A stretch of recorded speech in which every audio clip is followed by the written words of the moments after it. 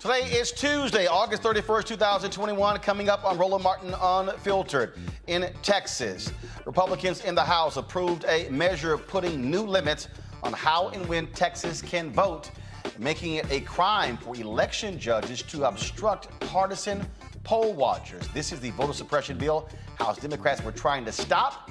It now goes to the Senate for final passage and then on to the Republican governor, and then it becomes law. We'll talk with a Texas House member on the show. New data suggests COVID-19 increases the risk of developing erectile dysfunction by nearly 6 times. We'll talk to a black doctor about that. In Virginia, Governor Ralph Northam grants clemency possibly to the Martinsville 7 who were wrongfully convicted for raping a white woman in the 1940s.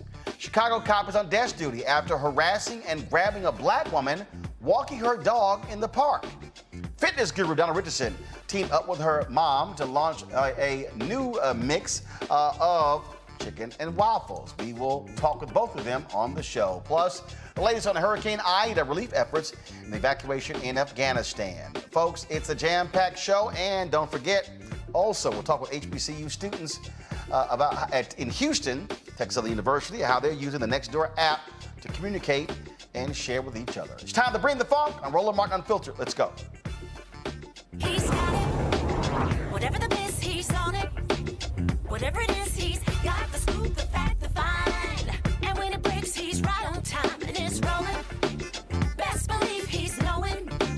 Putting it down from sports to news to politics. With entertainment just for kicks, he's rolling.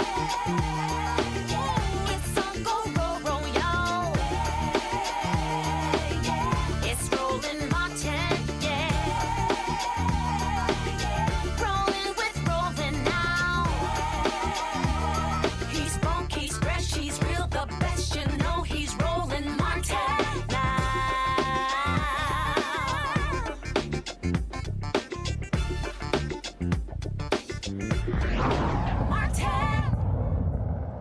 In Texas, House Republicans have passed a controversial Senate bill, and they're moving one step closer to law. This particular bill, folks, is an onerous voter suppression law that simply is dangerous. It is all about Republicans backing Donald Trump and his big lie. Remember, it was Texas House Democrats who fled, keeping them from having a quorum. They came here to the nation's capital to encourage the Democrats in the United States Senate to pass the For the People Act and the John Lewis Act. But you had several Democrats who came back to Texas to move forward.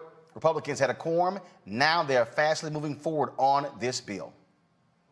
Mr. Murray moves the House adopt the Conference Committee report on SB 1. This is a record vote. The clerk will ring the bell. So Mr. Murray voting aye. Mr. Burrows voting aye.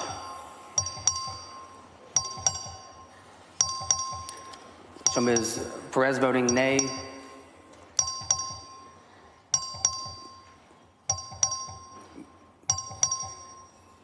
All members voting. All members voting. There being 80 ayes and 41 nays, the Conference Committee report SB 1 is passed. The bill now goes to the Texas Senate for final passage, then on to the desk of Republican Governor Greg Abbott. A rewrite of election laws in Texas this is actually happening, bottom line. And so Democrats have been trying to stop it. This is why they have been making it clear to Senate Democrats they must do more. Republicans they were actually following the footsteps of Donald Trump, yelling how he lost the election, but he won Texas. Okay, they claim there are safeguards, and they accuse Democrats, frankly, of trying to delay the inevitable in stalling this particular bill. Democrats say the new rules would have a disproportionate impact on voters of color. Folks, joining us right now is Texas House Representative Ron Reynolds, first Vice President of the Texas Legislative Black Caucus and Secretary of the Texas Black Caucus, Representative Jarvis Johnson. Glad to have both of you here. So what happened here? You had more than 50 Democrats who left, came to Washington, D.C. to keep it from actually being a quorum. Did the Democratic caucus break down? Were there members who simply said, you know what, we just can't stay out? Because Abbott kept saying he's going to keep calling special session after special session. So just your take on what really happened here. Well, Fred, let me just say it's great to be back on your show. I love the shirt that you're wearing today. I know my colleague Jarvis Johnson really loves it with his purple and gold that he's wearing. But seriously, this is a dark day for Texas. Make no mistake, this bill was surgically designed to limit Black and brown folks from voting that typically vote Democrat. This is a voter suppression Jim Crow 2.0 bill. The Republicans hate when we speak truth to power and call it what it is, but it was perpetuated based on the big lie voter fraud. They know it was no voter fraud, but they don't care. They want to suppress Black and brown folks from voting. This is unpatriotic, it's un-Texan. A Texan, Lyndon Baines Johnson, signed the Voting Rights Act into law. A Texan, former President George W. Bush reauthorized the Voting Rights Act, and it is shameful that Texas passed this most restrictive voter suppression bill in this country. And myself and my colleague and some of us went to D.C. and we fought because we need federal legislation to stop states like Texas from passing these bills. So unfortunately, we're still beholden to the U.S. Senate to pass H.R. 1 and H.R. 4, and until they do, we are potentially going to disenfranchise millions of Black and brown folks in this state. And so I'm outraged, but I'm going to continue to press on and continue to fight. It was, breaking alert went out, Representative Johnson, that the Texas Senate, they've already moved on this particular bill, and they really were targeting Harris County. Let's just be real clear. They were targeting the large counties in Texas. They have been ticked off, pissed off that they've been losing seats in Harris County, in Dallas County, and they did not want election officials in Harris County and Dallas County actually expanding access to the ballot. That's absolutely correct. And that's exactly what they're continuing to do. As they continue to say, oh, we've expanded voting hours. Yeah, you expanded voting hours for smaller counties, but you've really stripped away the voting hours for counties like Harris and Austin and Travis and all those Democratic counties. And so at the end of the day, this is the most horrible voting bill that I think we've seen thus far, that this nation has seen, and people are not realizing how punitive it would be, and just how ultimately ridiculous this bill is. It's an intimidating voting bill in itself. One of the provisions in the bill, Roland, is if a disabled person, you can still vote from your car if you show that there is a disability, that you actually can go to the polls. They'll bring the voting machine out to you. In this bill, it literally says that the poll watcher has to have the ability to see what you're doing, which means that the poll watcher has to have access to get inside of your car as you're voting. That's literally how they're going to use this bill as a bill to intimidate people.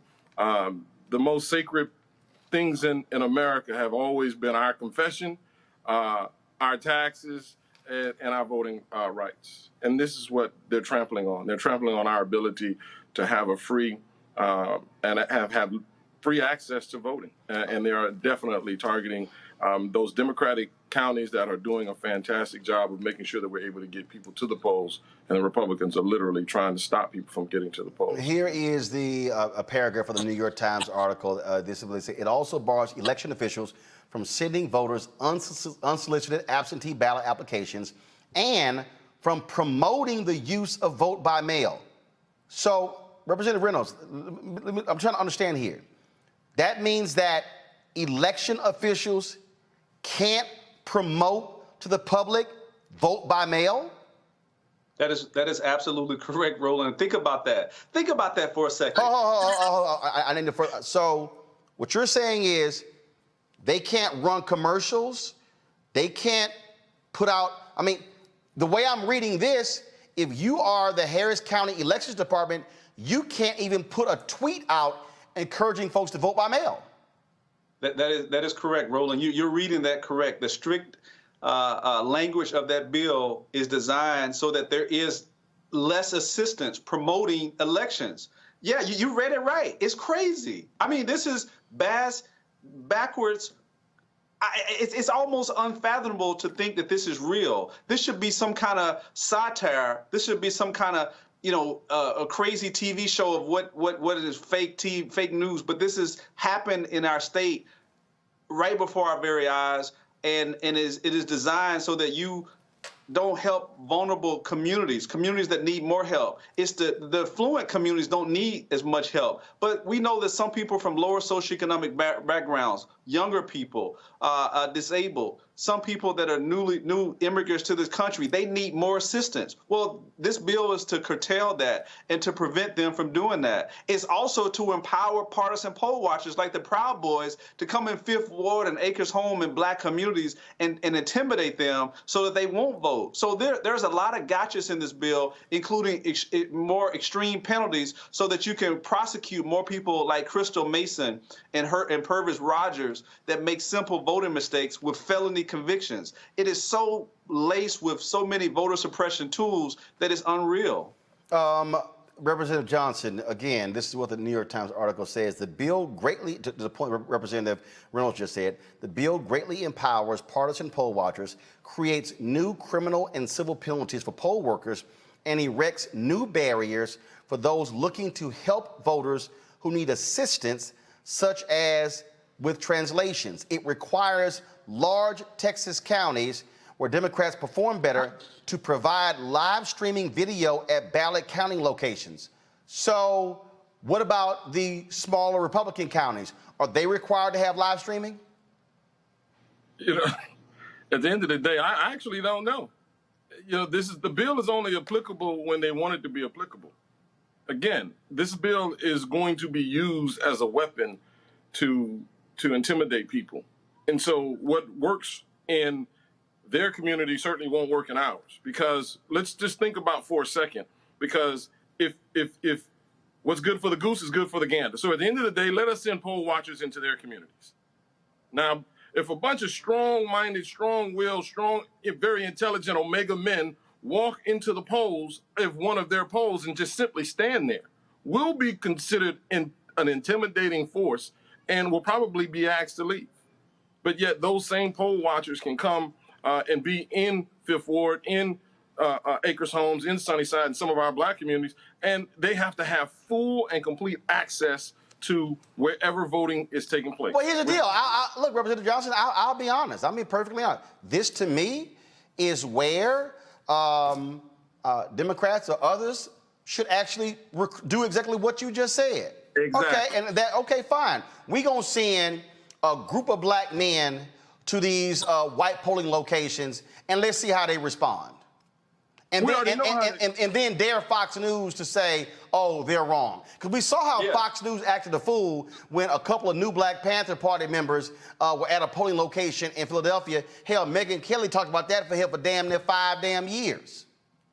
Let's send them over there. Let's send the Black Panthers, the new Black Panthers. Let's send those brothers over into their communities, into River Oaks, into the affluent areas, in the Republican strongholds. That's what I want to see. If it's good for the hood, it should be good for the suburbia as well. So I recommend that we take them up on that. Let's do that. But it's not a one-size-fits-all approach. It's a tale of the two communities. They want to be able to punish the urban areas that tend to vote Democrat, and then they give exemptions for those rural areas that tend to overwhelmingly vote Republican. They even said it overtly that they didn't need it there. So that's what's going on.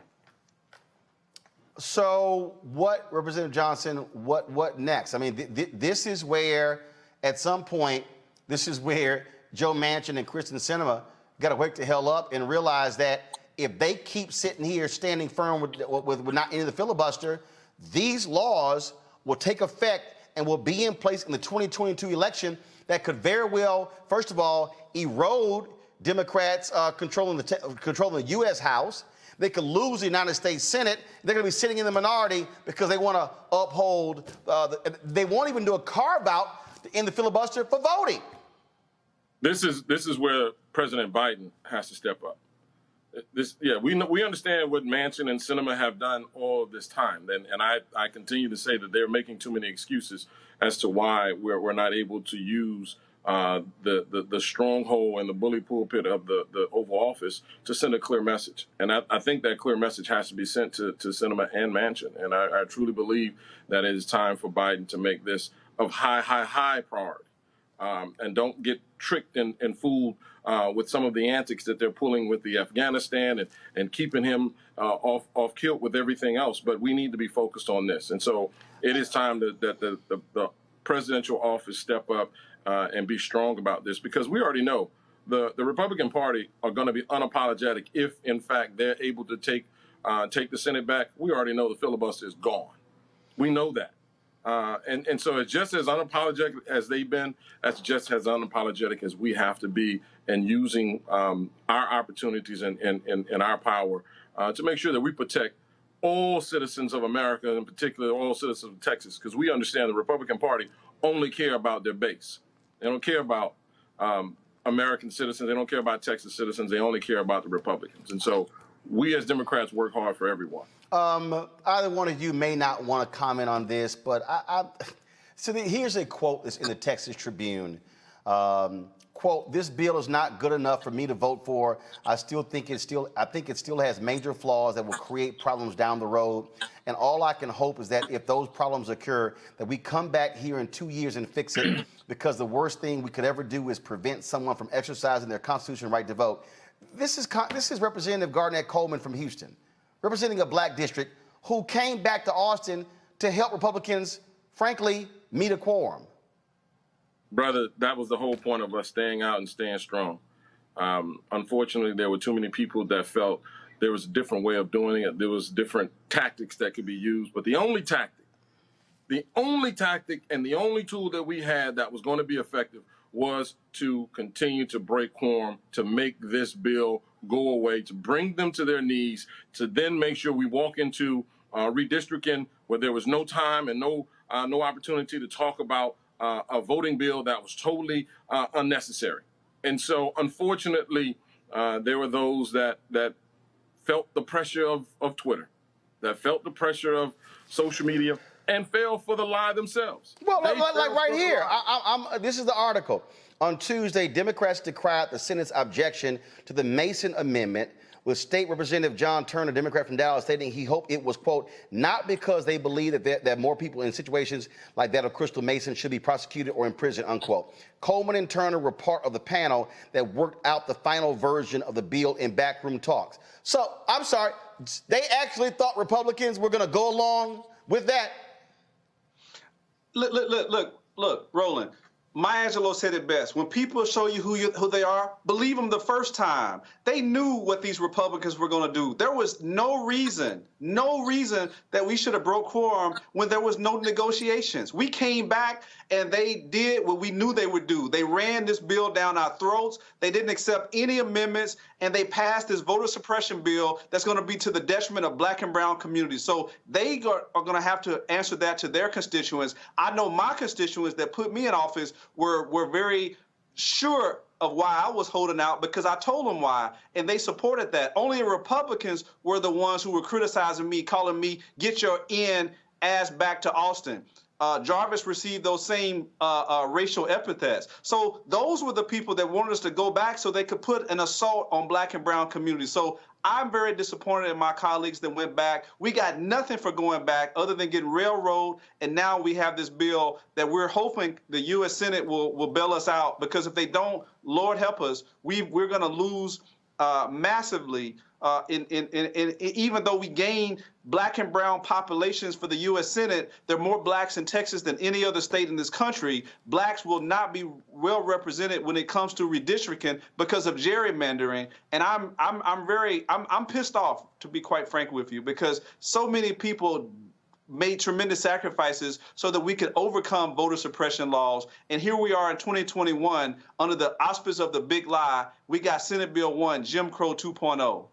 I just literally have no idea what the hell Representative Coleman is talking about by saying hopefully we can come back in 2 years.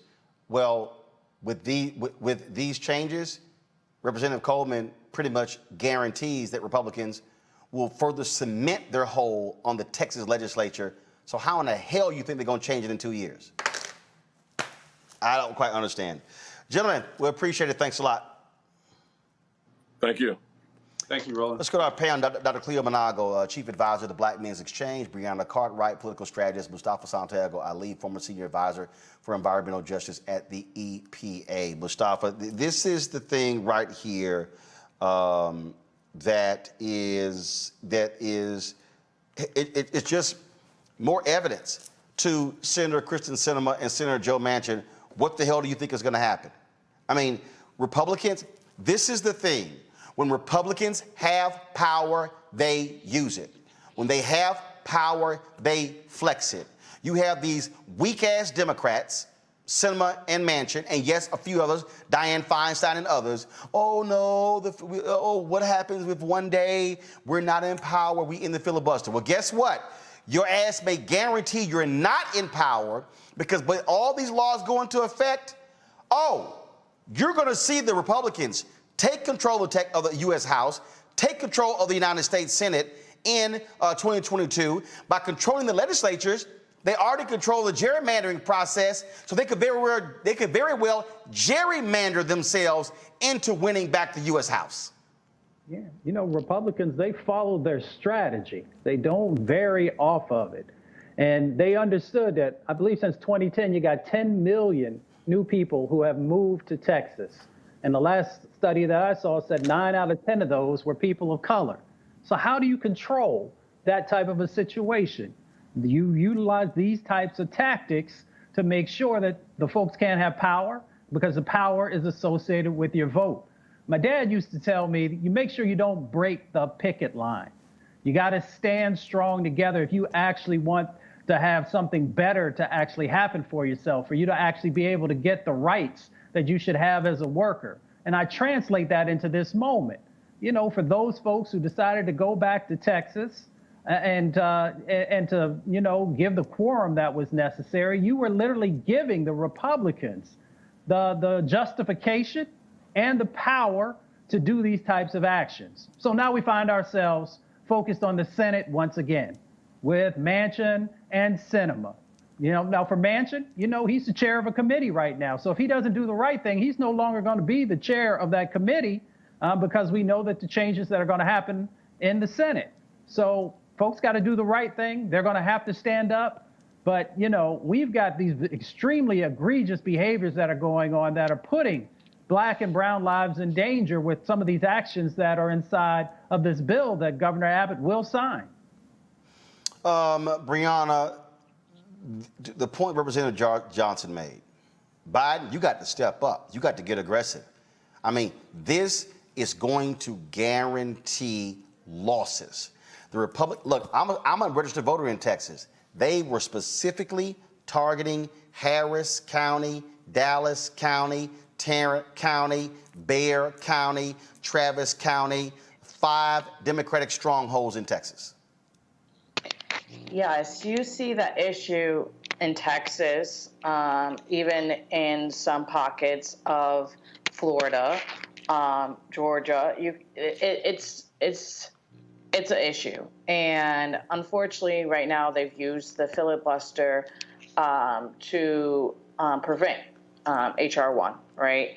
And if we had that, it made national vote by mail law of the land, right? You just spoke of how people are coming down with horrendous restrictions on vote by mail, which, you know, it's because they're afraid of Democrats using it. They, you know, our tactic as Democrats is to get out the vote, and literally theirs is to restrict the vote. And, you know, they're trying to prepare for these midterms. And, you know, with Mitch McConnell blocking HR 1 with the filibuster, we're back to square one. But it's time for us to figure something out because, you know, they're limiting access to vote by mail. They're shutting down polling places. In Georgia, they're criminalizing passing out water to voters, right?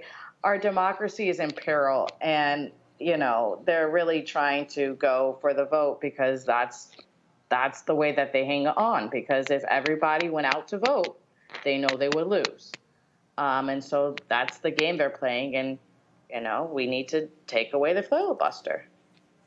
What they're doing here with this particular bill in Texas, Cleo, Again, eliminating drive-through voting, eliminating 24-hour voting, banning mail ballot drop boxes.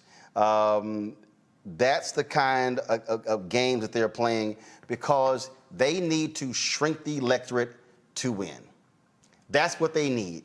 And I've been saying this obviously impacts people of color, but it impacts white folks. And I'm like, all these white liberals, where you at? I've been seeing black folks protesting, Black Voters Matter, Until Freedom. You see the multiracial campaign, or the Poor People's Campaign, but it's a whole bunch of these white liberal organizations been sitting on their ass doing nothing. Roland, I must admit that I have not been following this to the microscopicness of you all. I've been doing focus on other things, but I'm here and I'm going to do my best to contribute. But one thing that's consistent since I was last on the show when you talked about Republicans and complacent or passive Democrats who seem to allow, I can hear the reduction coming in my ears. Go ahead. But what keeps blowing my mind is the lack of analysis of the passiveness of people who are in the Democratic Party. I think it was Representative Reynolds who said that the Republican Party is unapologetic. And that implied that the Democratic Party is apologetic. But what's not being considered, and maybe I'm incorrect, but of course I agree with myself when I say that there's people who are inside of the Democratic Party who are not sure they don't support the monstrosity, the power, and the agenda of the Republican Party. Because people who are serious about winning, Roland, they step up and they hang in there and they fight until they win. There's a lot of people in the Democratic Party who are either unconsciously on the side of the white supremacist agenda of the Republican Party, or simply afraid and going through what I call the trauma trance, and they have a lot of paralysis where they just can't step up and be clear. And also there's people in the Democratic Party who are afraid to offend somebody. Now, you can figure out who that is they're afraid to offend, but they keep walking on eggshells and not stepping up with the unapologeticness and the clarity of the Democratic Party. So the question should be, what's up, Democrats? Why are you less forceful and more passive than Republicans? What is going on? And I think the answers to those questions, if they're actually asked, could be revealing and can inform a better strategy. Because this is not just intellectual, this is an emotional thing. When people see people practicing injustice, trying to stop people from being able to vote, that's obvious and that's wrong. But the counter to it is so passive. So the question is, why is it passive? You might want to ask, next time you have some brothers like these representatives on here, what is your perspective from the inside of the party of why your party is so not unapologetic? Why is your party so paralyzed and apologetic? What's going on? Easy, because here's the biggest difference between the Democratic Party and the Republican Party. Republican Party, you're either right or hard right. The Democratic Party, you've got centrists, moderates, conservative Dems, progressives, far left. You literally have 5 different Democrats, okay? Republicans is 2 Republicans. Far right and right wing. That's it. That's 2. But guess what? So, to help Donald Trump get into office, all kinds of white people, including people like some people who are lesbian and gay, et cetera, who are like in polar opposites in terms of their values to a lot of people in the Republican Party, many of them joined the Republican Party, and despite their differences, that they had this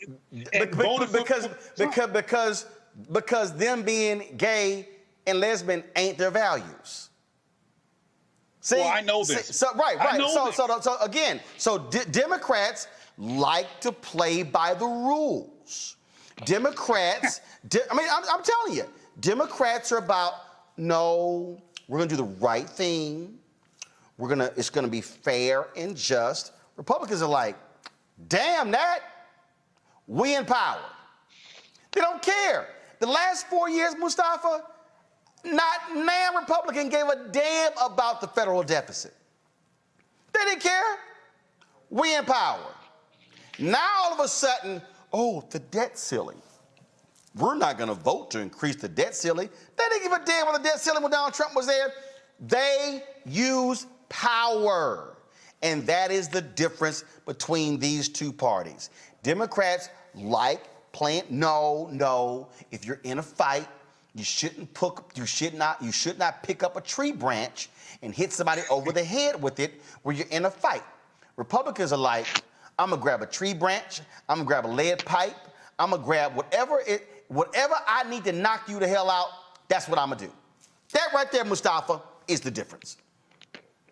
Republicans street fight. They don't care if it's dirty. They just go get the job done. They're very focused. When I worked on Capitol Hill, it was amazing to see how they utilized the exact same language. Every person did not vary one iota. And that's the laser focus that you gotta have. And the Democrats have to get laser focused. It is all, every one of the issues that I work on and care about, it is all tied back to the vote. So that should be President Biden and everybody else's main focus, is making sure that we are protecting the vote. Because if you don't have the vote, if you care about climate change, trust me, we're going to lose on climate change, because if you don't have the right people in office and you don't have the resources going to the right places, it's game over. If you care about racial justice issues, if you don't have the vote, then you can forget about us ever getting the reforms that all of us are working so much on. If you care about housing, housing is not going to happen for our people if we don't have the vote. Now, folks will say, well, we've had that in the past. This is our moment now. If we don't get this stuff right in this particular moment, all of it that everybody worked for, that everybody suffered for, that folks lost their lives, they took beat downs and everything else, it's all gone. It's just that simple. So that's why Biden, that's why the folks in the Senate, they got to stand up and do the right thing. And that's why each and every one of us got to pick up the phone. Stop acting like you don't have power. You have power unless you give it away. Pick up the phone and continue to call folks, continue to email them, continue to text them if you got their numbers, to let them know what you expect. And then show up. When we're up there on Capitol Hill and folks have been up there actually rallying and protesting and getting arrested, and when you look around and you don't see a whole bunch of the other folks who should be there, then you're sending a signal across the country that this moment, that this particular issue isn't as important as it actually is. Stop giving your power away and hold people accountable. Well, the question now is what's going to happen in the United States Senate with Democrats. I doubt they do anything because Sinema and Manchin have dug in. Folks, let's now go to New York, where day 9 of the R. Kelly trial. Today, Suzette Mayweather, Kelly's former employee, testified the R&B superstar once had his girlfriends fight one another as punishment. Yesterday, a man identified only as Lewis testified the singer lured him to his home and studio when he was 17 with promises of helping his music career, but instead, R. Kelly sexually abused him and forcing oral sex on him. Lewis is the first male to speak of alleged sexual abuse by Kelly publicly. Joining me now to discuss this trial is attorney Tammy Allison. Tammy, glad to have you on the show. So I've been getting these text messages from R. Kelly fans saying, pull the transcripts. No, you guys are wrong. These people are lying. R. Kelly is innocent. These people really believe that R. Kelly, his defense, is winning this trial. Your assessment?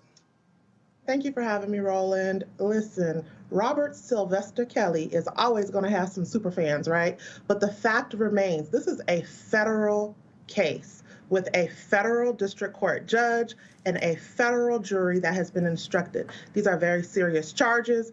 In the courtroom, the demeanor, in the line of questionings, and these charges are going to be serious and taken very seriously. So it's different with the state courts where there's a lot of shenanigans that takes place. Here, these charges, racketeering, the sexual trafficking, interstate, these are very serious charges. And what's really important is that I think some of these super fans, while they're screaming their support for Robert Sylvester Kelly, they're forgetting about the fact that these charges are not about rape or sexual assault individually on these alleged victims. These charges are about an enterprise where the statute of limitations does not prevent the prosecutors from bringing in evidence that dates back to like the 90s when we all heard about these rumors. And what's also happening here is you're having his former employees testify against him. In fact, it's very interesting. So Suzette Mayweather, yes, related to Floyd Mayweather. I remember running into her and a relative in an airport in Houston, and I didn't realize they had worked for R. Kelly, and they said we are not going to be protecting Robert. We get called by a court. We're going to tell the truth. And so the difference between this trial and the previous one, he has people who were on the inside. You had the guy who testified that he was the one who paid somebody off to doctor the driver's license of Aaliyah to show that she was 18. You have this guy, Lewis, also testifying that he also tried to bribe another witness to change their story. You're seeing the similarities in stories as well. And so that's, I think, also the big difference between these two trials. Absolutely. And bringing in those insiders that actually worked with him one-on-one, including Ms. Mayweather, who testified today. That is building up the prosecution's case for those racketeering charges. That shows that this was an enterprise. This is something that was ongoing. There was a pattern here that Mr. Kelly was participating in, and that criminal enterprise and having those insiders that actually work with him so very closely testify this very damaging testimony that corroborates these alleged victims' testimony is only helping the prosecution. And I'm very interested to see what his defense attorneys are going to do to combat that testimony. Obviously, they will get their shot right down there on the cross-examination, but they get to put their defense on. And so, based upon what you've seen and heard, do you believe that R. Kelly is certainly on his way to being convicted in this trial? You know, it depends. You know, again, this is federal district court. And, you know, I'm a former federal prosecutor, former senior attorney with the Department of Justice, having spent, you know, over a decade at the United States Department of Justice. So in federal district court, the jury instructions are very clear. So how the case is presented by the prosecution and the defense is going to determine how the jury is going to decide whether they're going to convict him or not. So it all is going to depend on how the defense attorneys do their cross-examination to combat these witness testimonies, to combat the validity and take away the credibility of each one of these witnesses' testimony from the prosecution. Because no matter what, in a criminal matter, the standard of proof is beyond a reasonable doubt. So if there's any type of doubt that the defense attorneys can present, the jury could find him not guilty. All right. We're certainly going to be following this trial and see what happens next. We appreciate it. Thanks a lot. All right, folks, going to a break. When we come back, the final U.S. troops have pulled out of Afghanistan. People still are criticizing President Joe Biden, saying he did not do well. What does Malcolm Nance say, national security expert? We'll talk with him next on Roland Martin Unfiltered.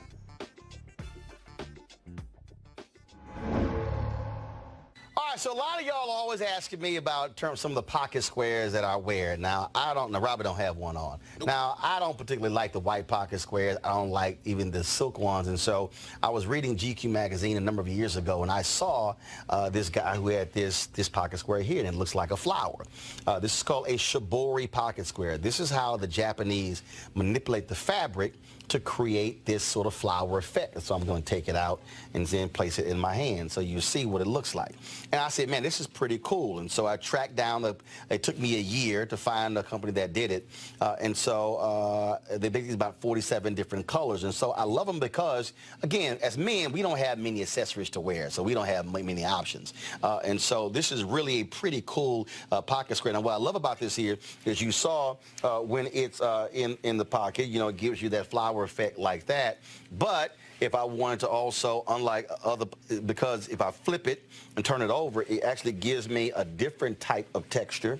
And so therefore it gives me a different look. So there you go. So if you actually want to get one of these shibori pocket squares, we have them in 47 different colors.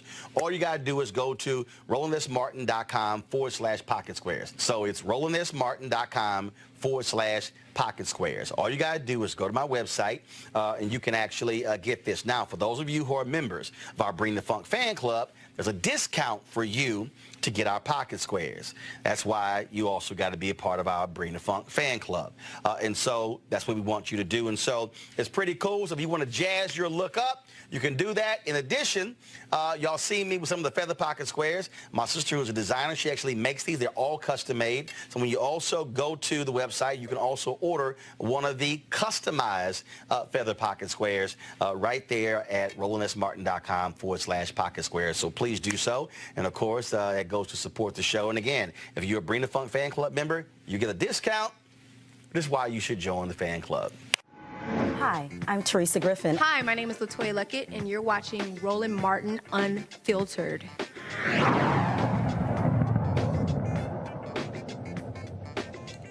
Folks, Afghanistan is now waking up to a new reality. The U.S. military has withdrawn all of its troops, ending America's longest war. Nearly 2,500 Americans died during that particular war, spanning 4 presidencies. Also, today, President Joe Biden spoke with regards to the pullout. You've had people who are still questioning that, saying that why did of course, the United States pull out, that he could have rescinded the decision or altered the decision of Donald Trump. But President Biden made it perfectly clear that was not the case. And he also made it clear that this was the right decision for America to get out of this war, for him to actually end this particular war. And so you still have those particular critics. Here's some of what he had to say today. It is now over. I'm the 4th president who has faced the issue of whether and when to end this war. When I was running for president, I made a increasing the risk to U.S. personnel and our allies. As a result, to safely extract American citizens before August 31st, as well as embassy personnel, allies and partners, and those Afghans who had worked with us and fought alongside of us for 20 years, I had authorized 6,000 troops, American troops, to Kabul to help secure the airport. As General McKenzie said, this is the way the mission was designed. It was designed to operate under severe stress and attack, and that's what it did. Since March, we reached out 19 times to Americans in Afghanistan with multiple warnings and offers to help them leave Afghanistan, all the way back as far as March. After we started the evacuation 17 days ago, we did initial outreach and analysis and identified around 5,000 Americans who had decided earlier to stay in Afghanistan, but now wanted to leave. Our Operation Allied Rescue ended up getting more than 5,500 Americans out. We got out thousands of citizens and diplomats from those countries that went into Afghanistan with us to get bin Laden. We got out locally employed staff of the United States Embassy and their families, totaling roughly 2,500 people. We got thousands of Afghan translators and interpreters and others who supported the United States out as well. Now we believe that about 100 to 200 Americans remain in Afghanistan with some intention to leave. Most of those who remain are dual citizens, longtime residents who had earlier decided to stay because of their family roots in Afghanistan. The bottom line, 90% of Americans in Afghanistan who wanted to leave were able to leave. And for those remaining Americans, there is no deadline. We remain committed to get them out if they want to come out. Secretary of State Blinken is leading the continued diplomatic efforts to ensure safe passage for any American, Afghan partner, or foreign national who wants to leave Afghanistan. In fact, just yesterday, the United Nations Security Council passed a resolution that sent a clear message about what the international community expects the Taliban to deliver on moving forward, notably freedom of travel, freedom to leave. And together, we are joined by over 100 countries that are determined to make sure the Taliban upholds those commitments. It will include ongoing efforts in Afghanistan to reopen the airport, as well as overland routes, allowing for continued departure to those who want to leave and deliver humanitarian assistance to the people of Afghanistan. The Taliban has made public commitments, broadcast on television and radio across Afghanistan, on safe passage for anyone wanting to leave, including those who worked alongside Americans. We don't take them by their word alone, but by their actions. And we have leverage to make sure those commitments are met. Let me be clear. Leaving August the 31st is not due to an arbitrary deadline. It was designed to save American lives. Joining us right now is counterterrorism expert Malcolm Nance. He is the author of several books, including The Plot to Betray America, How Team Trump Embraced Our Enemies, Compromised Our Security, and How We Can Fix It. The reality is this here, Malcolm. President Joe Biden had the guts to do what his predecessors did not, and that is end this war. Nearly 2,500 troops. I've seen estimates ranging from $2 trillion to $20 trillion spent in Afghanistan. The initial focus was achieved, taking out Osama bin Laden and also reducing the capacity of al-Qaeda there. And so when you see these war hawks who continue to yell, oh, we should stay, we should reinvade Afghanistan, did they not learn? Well, to be honest, it's almost as if the last 20 years did not happen. And that many of these people, and journalists included, who gave like totals of 14 and 15 complete minutes of war coverage in the last, 10 years, just don't believe that this story should end. So we have these people who want to carry out retaliatory attacks for a suicide bombing attack, or to continue our presence in Afghanistan, which would bleed us even further in manpower. It would bleed us economically. It would take our eye off the ball of restoring America as a great nation state.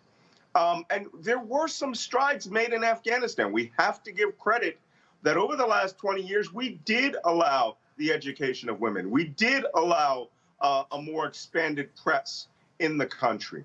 But the very fact that Donald Trump carried out a secret deal with the Taliban and negotiated a peace treaty behind the backs of the government of Afghanistan and signed that peace treaty on 26 February 2020, it became clear to every person in Afghanistan that the United States had cut a deal with the Taliban, and the Taliban were going to come in eventually as the leadership and the rulers of that country. So explain this. So Malcolm, explain this.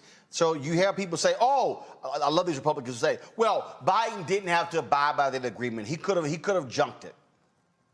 Yeah, he could have junked that agreement. And what you would have had was open warfare with only 2,500 troops in the United States in that country. One of the biggest problems that we had was what we call green on blue violence, which were Afghans who were Taliban who were infiltrated into the government or who had a private gripe with certain American trainers and would just come up, take their weapons and kill them. I mean, we could have lost numerous people had the fighting season started again. The Taliban had been left unchecked. They had been, this treaty was supposed to be conditional. Donald Trump adhered to none of the conditions. Look, Joe Biden saw the writing on the wall, and he could have adhered to the treaty, which said the United States was supposed to leave on May 1st.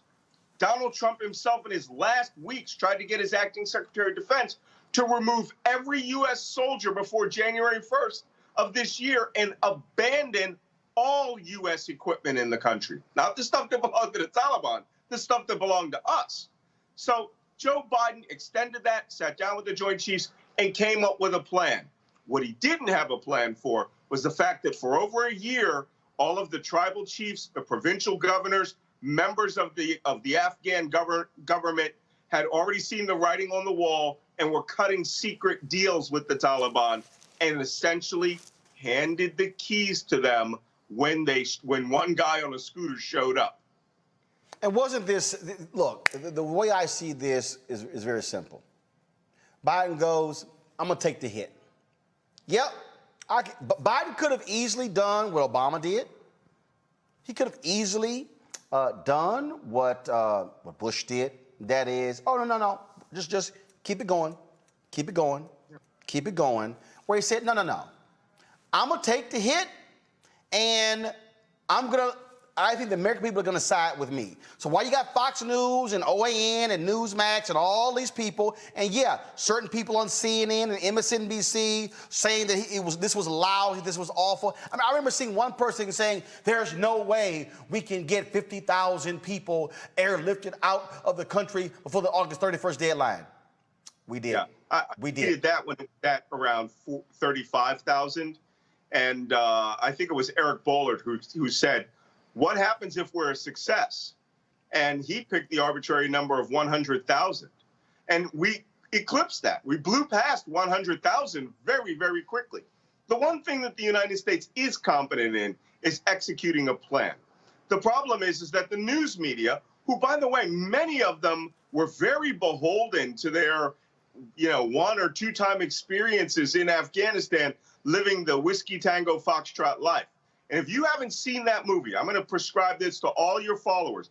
If you want to see why they went after Joe Biden, watch the Tina Fey movie, Whiskey Tango Foxtrot, which is about the wild life of journalists living in Afghanistan. It's sort of like an adult amusement park with liquor, right? Where they live in these luxurious villas. They all have private security guards, drive around in armored vehicles to get that perfect shot or to get that interview, and people die all around them. Many of these journalists are regretting now that they don't have that. That life is going away. The people that they met, the experiences that they have. Unfortunately, they do not believe that the Afghan people technically chose this. And I have some news for many of your listeners. Afghanistan has 38 million people. Only 5 million are in Kabul, which means the other 33 million who are relatively rural or living in the smaller cities, they cut these deals with the Taliban, and they turned over the keys to the country, and now they have the peace that they want. And before I go to questions from my panel, this is what I keep saying, and it's hard for some of these people to understand. It's their country. It's their country. And I absolutely understand the concern about women, about girls, about freedom. The Taliban has already made it clear that they're going to lead by a rigid Islamic rule. But let's be real clear. That's Saudi Arabia. Right. Look at how the dictator in Turkey, how he's leading. Myanmar. I mean, we can go Philippines. We can go a whole lot of places in the world where America is aligned with folks who do not believe in democracy, do not believe in human rights. Hell, China. I mean, we can go on and on and on. And so this idea that we are going to tell somebody what the hell to do in their country, but then we the same folks, hell, who don't even want Americans telling each other what to do in this country. Come on, right. That's a farce. Yeah, and Afghanistan is a patriarchal, misogynistic, tribal society, okay? And 90% of that population lives rurally. Very funny, the right wing criticized me for saying that many of them are goat herders. Most of them are goat herders. I mean, this is a rural society that is agrarian. They live on basic subsistence. But you know what their key subsistence is? Islam, as they want to practice it. Islam, as they see it. They are conservative. They are fundamentalist, right? But what they want is they want their cultural norms to be adhered to without a 2,000-pound laser-guided bomb dropping on their head, accidentally wiping out their village or destroying a wedding party with an AC-130 gunship. It's regrettable. But those deaths were principally because we decided that, we would work towards the goals we established, which were not particularly compatible with the average person in Afghanistan. So they spent this last year choosing who they wanted to rule. Questions from my panel. Mustafa Sadiq Ali, your question for Malcolm Nance. Malcolm's good to see you. Yeah, I was blessed that both my family and friends made it back home safely after fighting in Afghanistan. I'm curious, what are one or two of the lessons that you think we should take away from the engagement there? So, I'm an old spy, so I have some very specific things that just drove me absolutely crazy because I speak Arabic. And when I went there the first time in 2002, the reason that I got through to so many of the walis, right, the senior male leader of the village, tribe, or family, is because I could pray in Arabic. I could speak Islam. I could speak Arabic to them. I could read the Quran in Arabic. I could sing nasheeds in Arabic, which they view as the pure language of the Quran, or the pure language of the Prophet. So it opened immense numbers of doors. The very fact that we have to evacuate tens of thousands of translators shows that for 20 years of war, our people didn't even learn their language. So we have a very soft bigotry of culture.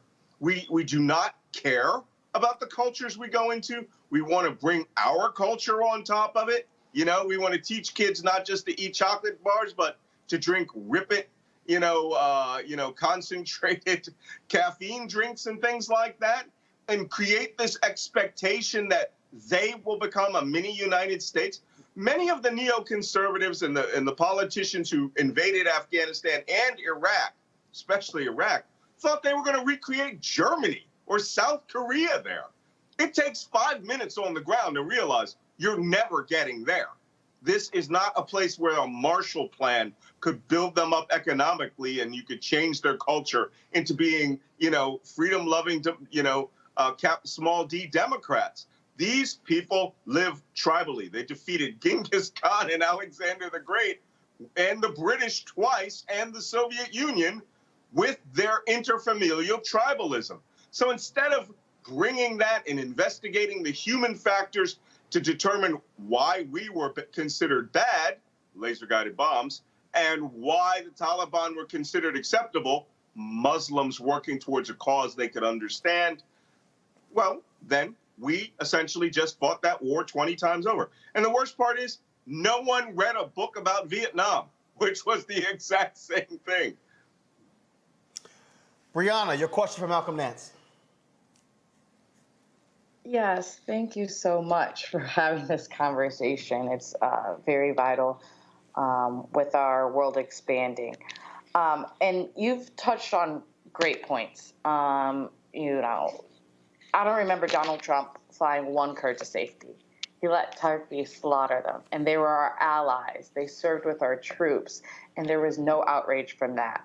But Biden has safely evacuated more than 100,000 Afghans at this point. And I'm saying, let's take score. As it stated, Trump had a year to get the civilians and allies and diplomats out of there, but not one peep.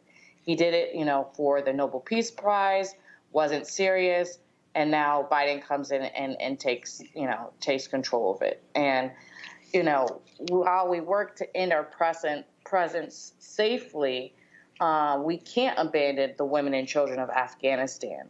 But frankly, I know we can't keep asking our service members to go in alone anymore. And so it's time for the world to generally invest in the United Nations to develop a robust and consensus-building institution, one that's truly capable of handling severe humanitarian challenges like Afghanistan and Haiti as well, of what's going on over there. And so as we keep a close eye on how these crises unfold, what are some policies or suggestions that you think could come from the White House and really playing a role stronger into the United Nations when focusing on this? You know, I'm glad you said that. I've worked with the United Nations in some pretty obscure parts of the world. Sometimes they knew I was working with them. Sometimes they didn't know that I was working with them. But I always understood their goal, right? Many people like to disparage the United Nations and think, oh, there are a bunch of consensus building people. We're going to have 500 meetings. There's some organizations that are insanely successful. World Food Program. The World Food Program is like the Special Operations Command. And instead of dropping bombs at their terminal target, they pallet drop food or they bring in bags of food. The World Food Program is insanely successful organization. No one starves when they're around. And they have these incredible digitized databases where everybody gets a little tag on their arm, and they know precisely down to the calorie how much each of you have gotten in food, and they can get that food out there. We should be supporting the WFP, UNICEF, the United Nations Children Education Fund. You know, they're talking about transitioning funds. We just had $6 billion sitting in a kitty right now that was supposed to go to the government, it was supposed to go to the government of Afghanistan. It's not going to go there. That was supposed to help the government, integrate itself more better and computers. Those people stole the money, right? Because they're government bureaucrats. There's not a country in the Middle East, Sub-Saharan Africa, Southwest Asia, or Asia proper itself where the bureaucrats don't steal money and are corrupt. It's a fact of life. Take that $6 billion, drop $3 billion into UNICEF, drop the other $3 billion into the World Food Program, or UNHCR, United Nations High Commission for Refugees. The Taliban are children of the Afghan refugees who went to Pakistan when the Soviet Mujahideen war that we were funding was being fought. And so in those camps, they became the Talib, right? The students who were studying fundamentalist Islam. And therefore, when they came together as a combat arm, they were the Taliban, those who are students or those who are educated, in Islam. Well, maybe we can moderate some of that with United Nations High Commission for Refugees. Drop $10 billion in their laps. And the UN will work with the countries the Taliban trust. Qatar, Oman, Turkey, and in some respects, Pakistan. And maybe we can maintain these gains for women. Maybe the Taliban don't want to be North Korea of Southwest Asia. Maybe they want to be the Saudi Arabia of Southwest Asia, which means women will put the burqa back on. They will be what we call Mia bil Mia, which is 100%. That's all black, all gloves, all socks. That's what the Saudis are. And they're considered relatively liberal compared to the Taliban. The Saudis themselves will want to have a moderating effect on them and to create this Islamic Emirate of Afghanistan. But we have to support the global organizations. And the minute we do this, we execute the Malcolm Plan, the right wing will go crazy about the New World Order because they're crazy. And they hate anything that will benefit people of color on the other side of the world, even if it is the most successful food programs that moderates the Taliban's extremist activities. These people won't care. You and I both know that. Final question, Cleo Monago from Malcolm Next. Greetings, Malcolm. It's good to meet you. Hey, before September 2001 at 8:46 a.m., most of us had not heard of the Taliban. They weren't a household word to us. I've been told that they're a terrorist organization. I've also been told that before 9/11, this country, I think it would maybe have been the younger Bush, had invested in the Taliban and given money to the Taliban. And I'm trying to find out from you, my question is this true? Is it true that the United States had collaborative financial, in particular, relationships with the Taliban before 9/11 and did not consider them terrorists then, but they became terrorists in name after 9/11? Yeah, this is where you have to block out history by decades. Because what I'm going to do is I'm going to clarify some of the timeline. From 1980 to 1989, the men that the United States funded from the northern tribes in Afghanistan, and the northern tribes in Afghanistan, and then assisted the government of Saudi Arabia to fund Arabs to come from across the Middle East, the fundamentalist diaspora, and to get fundamentalist Arabs out of their country so that they wouldn't carry out their own jihad. The Saudis chose a representative who was the son of one of the 52 children of the richest man in Saudi Arabia. And that person was named Osama bin Laden. The United States and the CIA were funding another branch of that, the Northern Alliance forces, and the men from the Pashanjir Valley, Ahmed Shah Massoud. Doesn't matter. Another group that we were supporting because of our resources going to the Saudis was a guy by the name of Ahmed Azam. This was the fundamentalist. Azam was a Palestinian who had studied in Saudi Arabia, close friends with bin Laden. But Azam was really about the entire getting rid of the Soviet Union out of Afghanistan. Those people were all collectively called the Mujahideen, right? The Holy Warriors. When the war ended in 1989, and everybody started to dissipate, the Afghan tribes went back to their areas and created warlords, right? Osama bin Laden and Abdullah Azam got into a fight in Peshawar, Pakistan, 1989, because Azam said, war's over, everybody go home. Osama bin Laden had in his mind a philosophy that he needed to incite a clash of civilizations between the West and the Arab states in order to defeat them, and then they could take over all the Arab states and create a caliphate. This started in 1989. They killed Abdullah Azam with a car bomb in Peshawar, Pakistan, and then all those Arabs that were under Azam fell under Osama bin Laden and his organization, Al-Qaeda al-Jihad, headquarters of the Holy War. They went to Sudan because the warlords in Afghanistan started fighting. Now, notice I said they went to Sudan.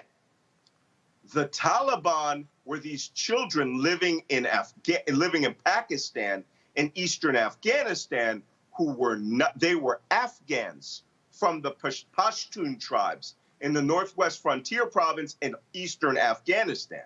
They didn't go with bin Laden. So this is where the Taliban came from. They are the refugee children and fighters from the Holy Warriors. Osama bin Laden branched out specifically to be a terrorist group in order to incite a clash of civilizations between Islam and the West. When the Taliban defeated all the warlords in the 1980s, 1980 all the way up to 2001, right? Or I think it was like, no, not 1980, 1990, 91, 92, all the way up to 2001, they were just creating their own country, the Islamic Emirate of Afghanistan. But because they revered bin Laden, he was a fighter, he had money, he's a Saudi, they let him come and stay in their country, run their armed forces, and they didn't understand that this man intended to attack the United States mainland directly in order to get the United States to invade Afghanistan.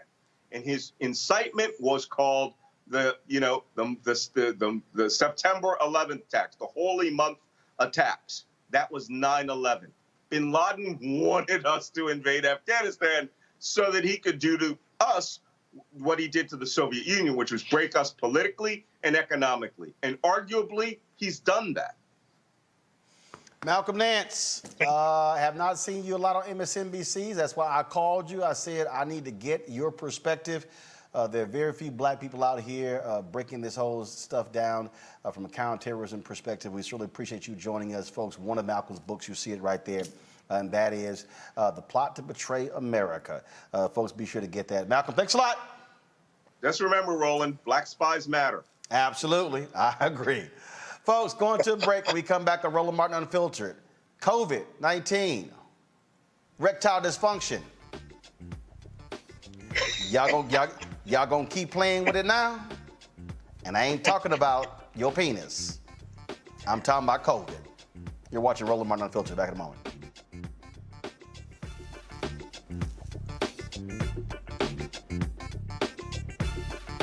I believe that people our age have lost the ability to focus the discipline on the art of organizing. The challenges, there's so many of them and they're complex, and we need to be moving to address them. But I'm able to say, watch out, Tiffany, I know this road. That is so freaking dope.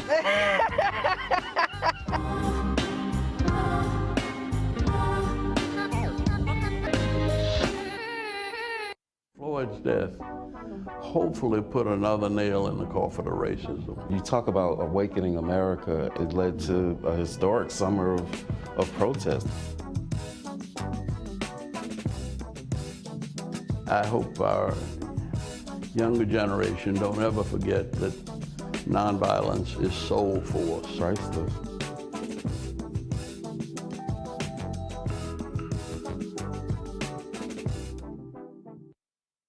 I'm Chrisette Michelle. Hi, I'm Chaley Rose, and you're watching Roland Martin Unfiltered.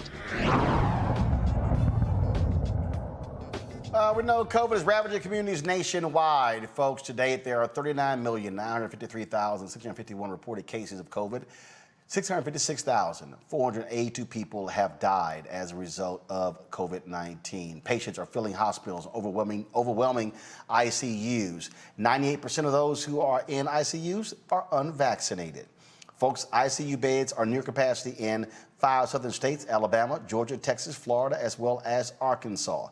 With 10% of available ICU space and staff shortages, a dangerous time for those needing any medical treatment unrelated to the virus is here. Now, according to the CDC, those who are unvaccinated, as I said, require hospitalization at 16 times the rate of the vaccinated.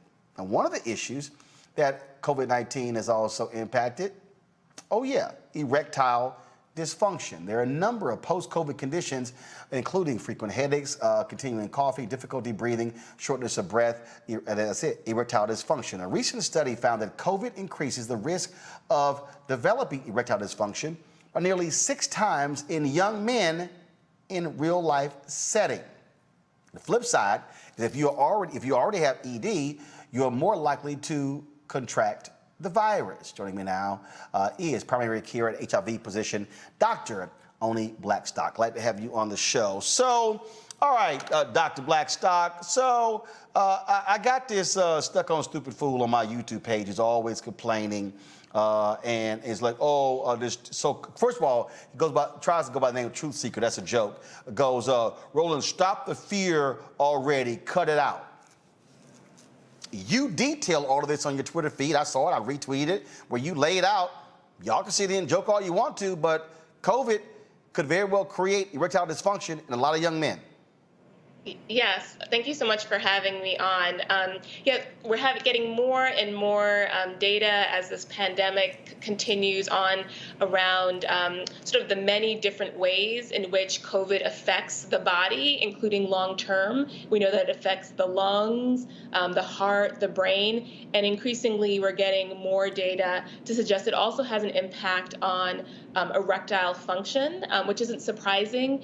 The erectile tissue has tons of blood vessels, and we know that its impact on the lungs and the heart and brain are related to blood vessels and the inflammation that the virus causes. So the fact that we're getting more data on it potentially causing erectile dysfunction isn't too surprising. Okay, so again, walk folks through this who they love to doubt stuff. I doubt this, I doubt that. All right, you're gonna doubt and you're gonna be limp. Right. So, the virus causes a lot of inflammation in the body. And one thing that it does is it actually causes the lining of the blood vessels to become inflamed, which then causes clotting or clots to happen. And so I know some of your viewership have probably heard of folks who've gotten pulmonary embolism, so clots to the lungs, clots in their legs, affecting their heart, strokes related to COVID-19. And it's similar, again, with the penile tissue, which has a very heavy and intense blood supply. It's very vascularized, we say, that it's not surprising that the inflammation that this virus causes would also affect that area of the body. And so we hope that as we get more information about how this virus affects the body, including long-term, that we'll get more and more folks who have not been on board, for instance, with vaccinations, that this will increase the likelihood that they'll want to get vaccinated, because many times it's about not what's the matter with someone, but what matters to them. And so we know that for many men, they care about their erectile function. And so hopefully some of this information can get folks more interested in getting the vaccine if they haven't been vaccinated already. But Doc, you have all these folks who are like, oh, follow the research. Again, you laid it all out. This is not like some far off, study that was done with a very small sample size. So explain the science behind what you're talking about for the stuck-on stupid folks who love to question everything, but they'll run around and they'll sit there, inject themselves with steroids, or they'll take an Advil in a heartbeat. Right. So there were two studies in particular. There's one that was conducted by professors at the University of Miami. That was a small study. They looked at about 2 individuals who actually had recovered from COVID-19 infection and had ended up with severe erectile dysfunction after their COVID infections. These men were 7 to 9 months out from having their COVID infection, and they were actually coming in to get penile implants because their erectile dysfunction was so severe. And as part of their surgeries, there were biopsies that were done. And in the biopsies, this is 7 to 9 months out after infection, in the biopsies that were done as part of their penile implant surgeries, the pathologists and doctors found that they had viral particles, so parts of the virus that were present in their penile tissue, so suggesting that the virus can persist in ways, and so in the inflammation and the clotting issues that it can cause can also continue on. There was a larger study that was done in Italy surveying about 100 men, younger men, 25 of whom had COVID, 75 who didn't, and they were basically matched across many different characteristics, including age and weight and other chronic medical conditions. And they found that those who had COVID-19 were several times more likely to have erectile dysfunction compared to those who did not have COVID-19.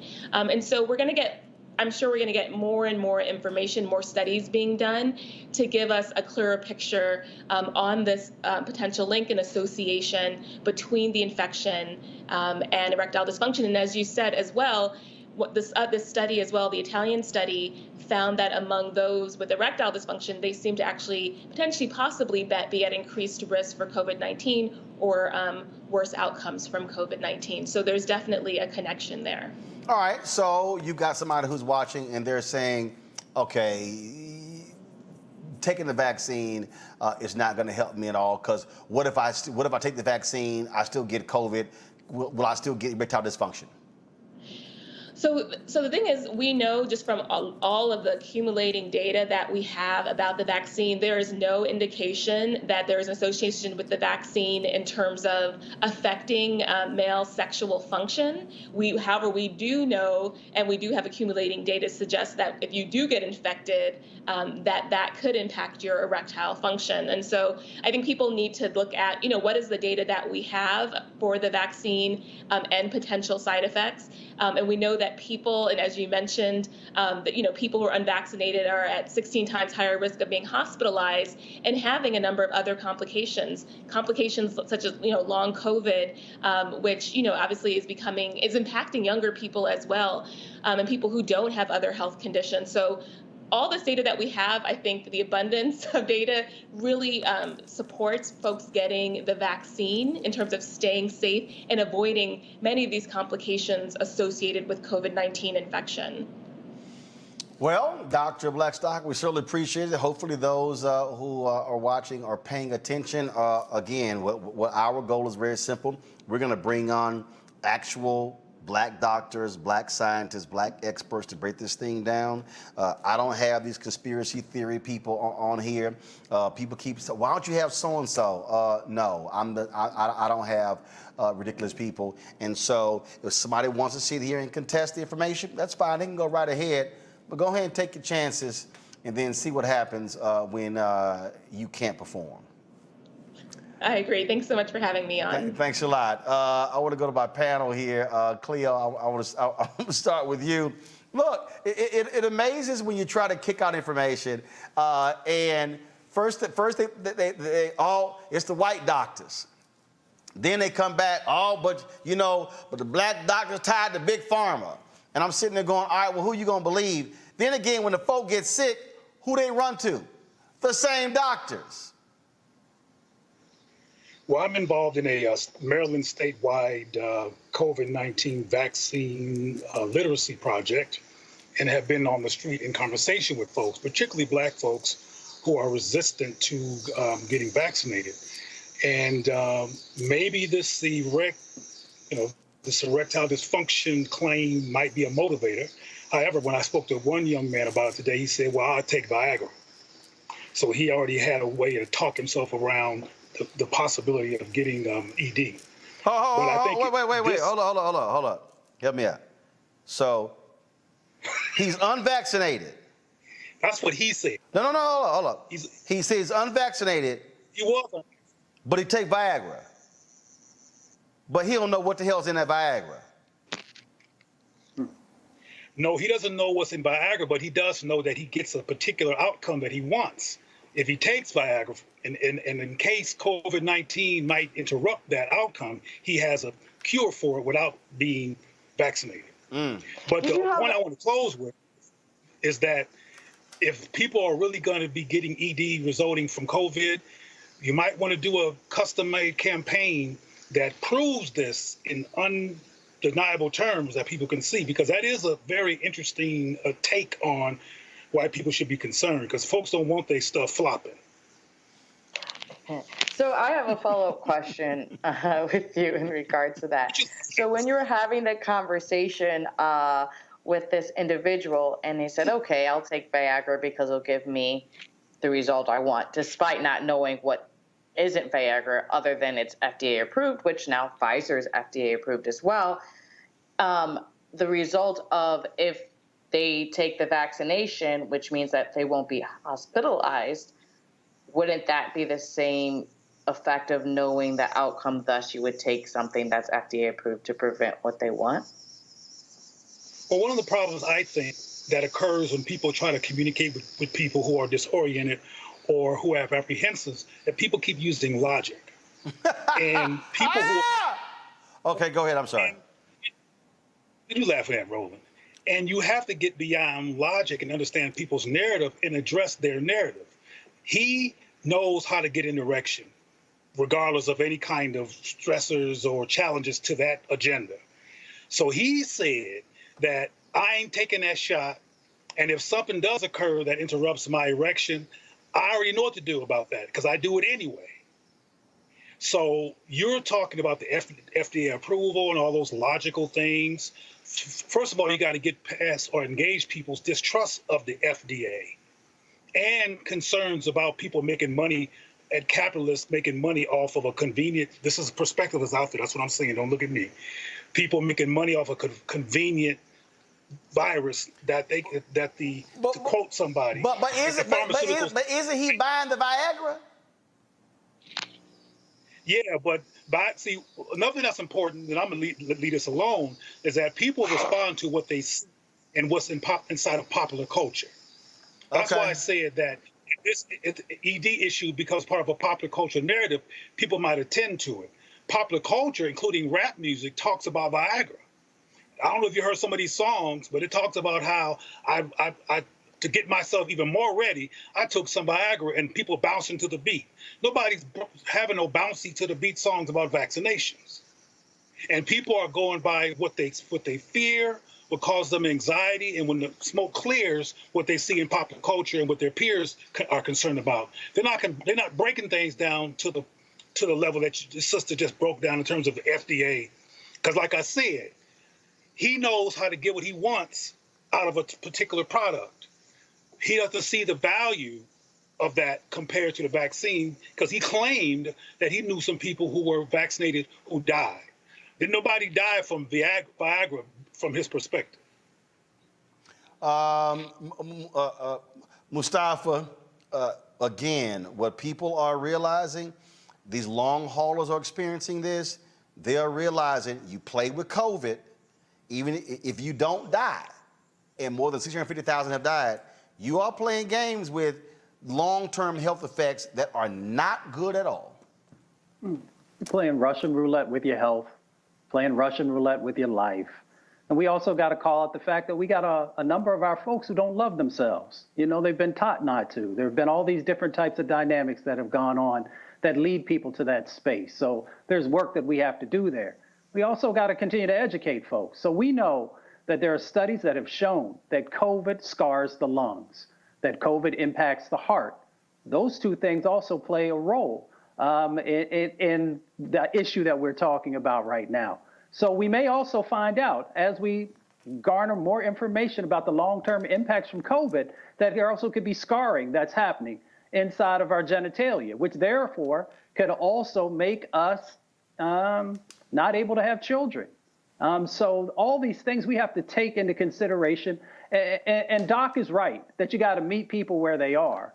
So that's the reason that we've got to make sure that we have information and education that resonates with folks, that comes from folks who looks like them and who comes from their sets of experiences. But you also got to eventually wake up, because, you know, we've seen far too many of our people die, and we've seen far too many of our people be impacted. So, and we just got to do better. Absolutely. All right, folks. Again, y'all can sit here and this how you gonna look. Keep playing. Keep playing around. You need a thicker one than that if you want to talk to black folks, my brother. You need a little bit thicker than that.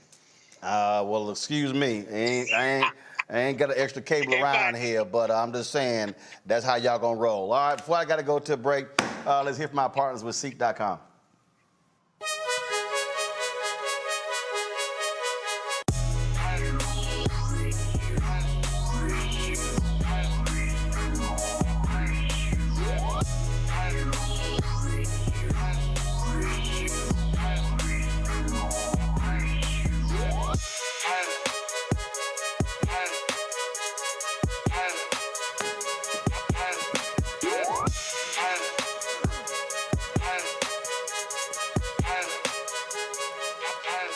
All right, fam, folks at CEEK.com, virtual reality, of course. You can check out the content at CEEK.com. The company is black-owned, founded by Mary Spio.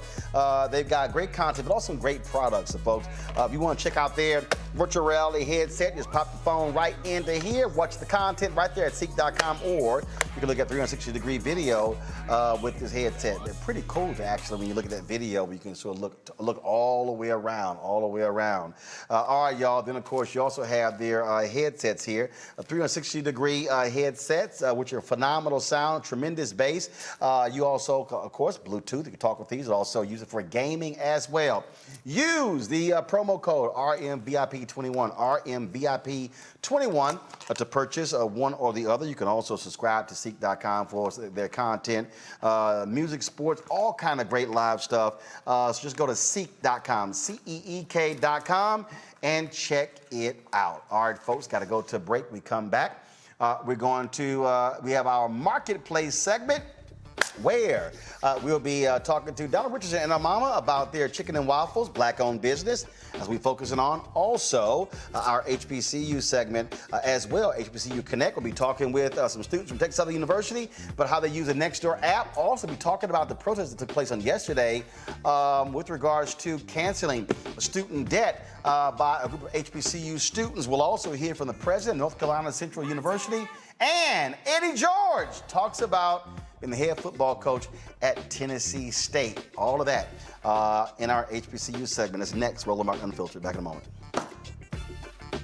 white supremacy ain't just about hurting black folk. Right. We got to deal with it. It's injustice. It's wrong. I do feel like in this generation, we've got to do more around being intentional in resolving conflict. You and I haven't always agreed. Yeah. But we agree on the big piece. Yeah. Now, conflict is not about destruction. Conflict's going to happen.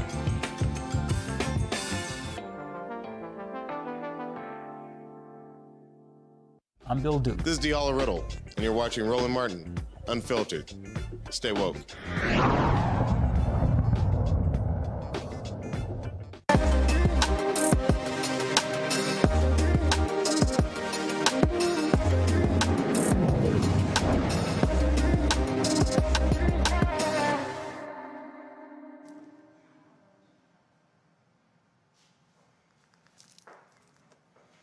All right, folks, every Tuesday we focus on the marketplace on black-owned businesses. Today we're going to talk about a food business. This was created by Donna Richardson and her mother. Chicken and waffles, this particular mix. First of all, Donna, y'all gonna send me this mix. Knowing full well I'm on an eating plan. She's like, oh, but you can go ahead and break it. I said, how you gonna be the fitness person? How you gonna be the fitness person trying to get me to break my food plan in order to try your product? Y'all, it is called Mama Laverne's Chicken and Waffles, and they join us right now. How y'all doing? We're doing good. How are you? All right, so, okay, where does things start? Why did y'all decide to say we're gonna take this product and put it on the shelves? Well, it started about like over 25 years ago. And when I was growing up, I remember going to my grandmother's house after church, having brunch with all family and friends, and it would be all this great soul food, homemade food. You know, you gather, you play a little bid whist, dance, watch the game, talk trash, but that was how I grew up. Eventually, my grandmother passed away, and we started gathering at my mom's house. And then by that time, she had put her foot in that chicken and waffles, and it became very popular. So she started traveling around coast to coast, cooking it for her friends, family, celebrities. That's how it started. Laverne, but okay, cooking is one thing, but then all of a sudden you go into business. Now all of a sudden you like, what? Hold up. You trying to get me to do what, Donna? Well, yes, because I have been going around to different ones, family and friends home. They always, Mom, Laverne, can you cook me some chicken and waffles? And I would have loved. I cook them chicken and waffles for them. Okay, first of all, tell your friends don't be trying to call you while y'all on the show. Go ahead. And I was cooking this chicken and waffles for everybody, just out of love, and just wanted them to enjoy my cooking. And so then Donna, they kept saying, well, you should put it out there on the market. So we thought about it. And we thought about a restaurant. I said, no, at 81, no, I don't think I want to go in the restaurant business. And then we thought about the truck. I said, no. At 81, I don't think I want to go in the truck business, you know, the selling the food truck. And so Donna and I, we talked about it. Donna said, well, Mom, maybe we can make a little light on it, a little easier. And we thought about the flour mix. That's how it came about. And that's how it came about. Yeah, because, you know, during the pandemic, Roland, it shut my business completely down. I couldn't get out and speak and host events anymore. So right when we were starting the pandemic last year, we had loved ones who died from COVID. My mom got really sick for months, but she ended up having severe bronchitis. Brother had 2 strokes, lost his vision, has lupus. And then, Roland, I got injured. I, right now, am still learning how to walk again. And through all those challenges, all those uncertainties and everything happening, it allowed us to just stay focused and take that recipe and turn it into a commercial formula so that we could mass produce it and sell it. So what you have is love and legacy mixed in a chicken seasoning mix and a pancake and waffle mix. So, Laverne, you said 81. And so talk to the person out there who says, I'm too old to start a business. I'm too old to be an entrepreneur. You're never too old to start something new. I just left my tax business that I was doing for 30 years. And so I said, now let me go and see what else I can do. I'm feel good, I'm in good health, and God has blessed me all these years. And I quote Sarita Jake. And like she said, you're never too old to start something new. And I'm starting something new with this pancake and waffle flour mix and chicken mix. And it's not, come on, Roland. I'm 58, she's 81, and this is not easy. It ain't for the faint. I can just remember this past year just going through a lot, the stress, the anxiety, pinching pennies, making mistakes, working long hours into the morning, crying myself to sleep, living in pain, because his knee injury has been very painful. But I will say, because of my faith in God and the fight that I have in me, that's what kept me going. And just us coming together and knowing that what God has for us is for us. My mom and I became much closer with our family and friends during this pandemic. And it just allowed us to step out on faith and just go for it. Well, absolutely. First of all, people are already asking, how can they purchase the chicken and waffle mix, the seasoning? Where can they get it? In stores, online? Yes, they can get it on Amazon. And also, we just came from Philly. We launched in ShopRite grocery stores. And I just want to give a shout out to Jeffrey Brown. He is the CEO of ShopRite, and he gave us our first opportunity to grace his shelves with our product. And we've worked really hard, and no matter what you do, when you're starting a new business, you got to stay focused. You got to eliminate distractions. You got to commit, because most people don't realize that you cannot conquer what you're trying to do if you deviate, if you don't stay focused. You've got to stay committed so you can conquer whatever it is.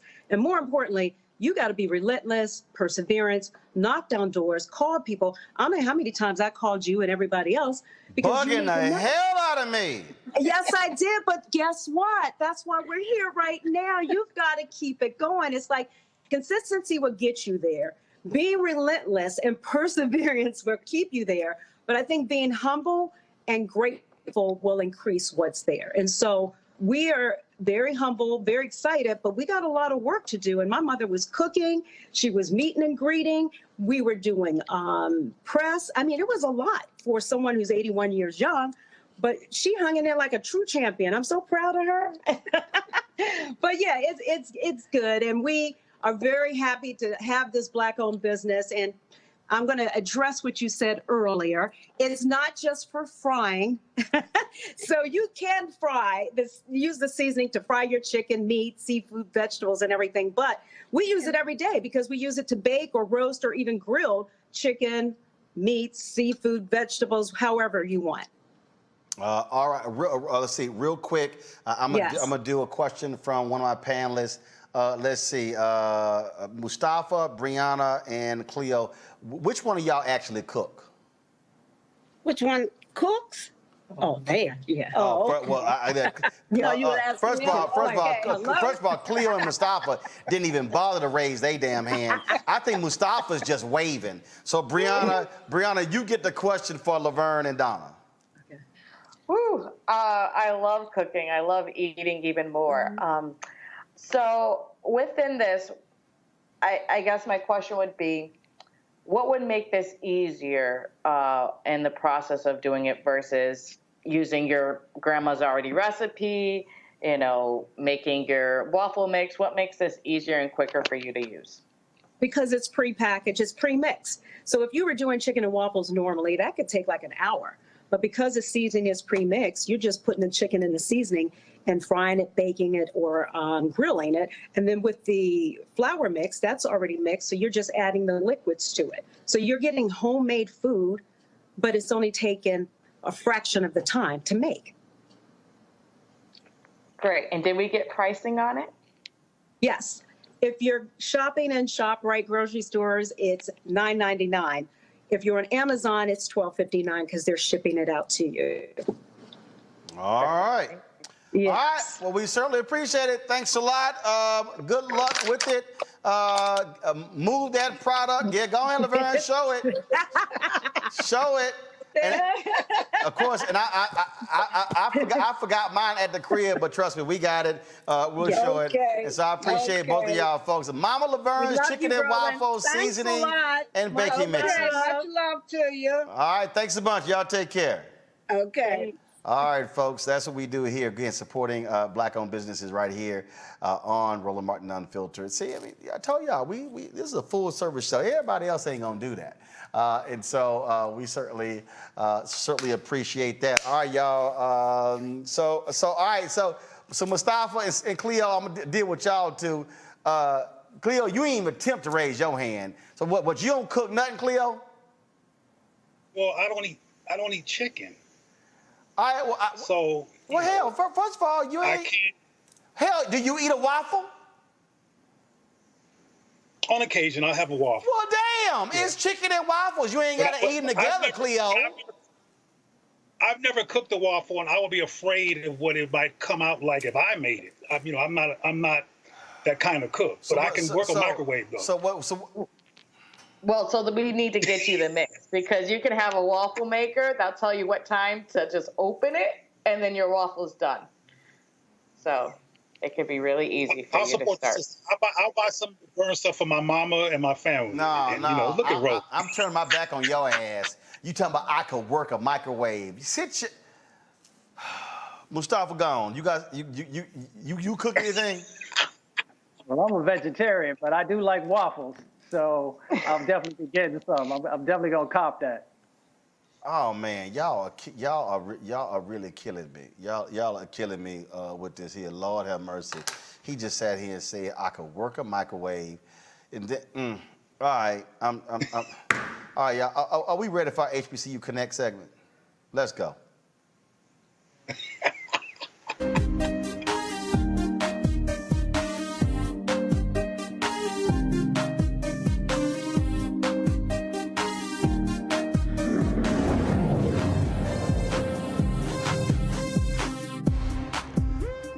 All right, folks, for the last few weeks, we've been talking about, of course, HBCU students using the app Nextdoor, how they stay connected.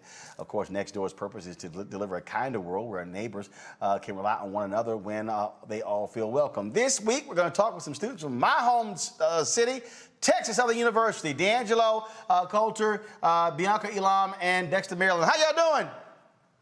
Good. All right, glad to have y'all on the show. And so it's interesting. We were talking to some of the other schools, and we're talking about how students stay connected. Look, you got a lot of students at TSU who are actually from Houston, and so you got some students who stay on the campus, but many, of course, living on their own particular neighborhoods. Just give me some examples of how y'all been able to maximize the Nextdoor to communicate and help out each other. Yeah, so definitely one of the ways that I definitely can say that we kind of utilize Nextdoor for our student body is that one, of course, Houston is a very diverse city. And so with Texas University, even though we are a historically Black college university, we still embrace the different, diverse backgrounds that the students have. And so for certain students and support groups, we kind of, connect them with certain groups so that way they can feel more connected and kind of get more acclimated to the campus. So for our students, that are from, Muslim or Arabic backgrounds, truly connecting with certain focus groups, truly kind of help them and connect them to feel more acclimated to campus and things like that. I know for the newspaper with the Herald, I'm kind of trying to use the platform to kind of get information out about what's going on locally in our area.